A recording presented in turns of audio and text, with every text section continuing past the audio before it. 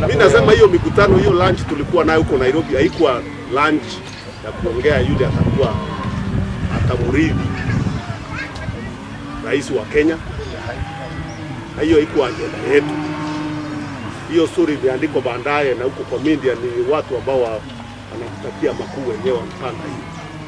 Ajenda yetu ilikuwa kushukuru wabunge wale walimchagua Bwana Kimunya, wachagua Bwana Maoko Maora kwa viti vile ya bunge. Hiyo ndio ilikuwa ajenda na hiyo ndio tulishughulikia siku hiyo, tukakula chakula tukatoka. Uongozi wa Kenya hautatoka kwa bunge.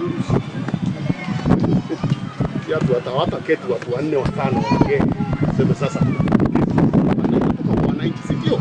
Na kwa sasa tuna kiongozi na hata yeye mwenyewe atatupea nini mwelekeo. Kwa sasa hii tunafanya BBI ya kuunganisha wa Kenya na tuhakikisha maendeleo ya Kenya inaenda vizuri. Kwa hivyo susisizwe siasa za pesa 8 ambazo hazina maana. Ni mimi ndio nitakuwa nini, hautakuwa wananchi ndio watasema yule atakuwa. Sio wewe utajisemea kwa mkutano ama namna gani?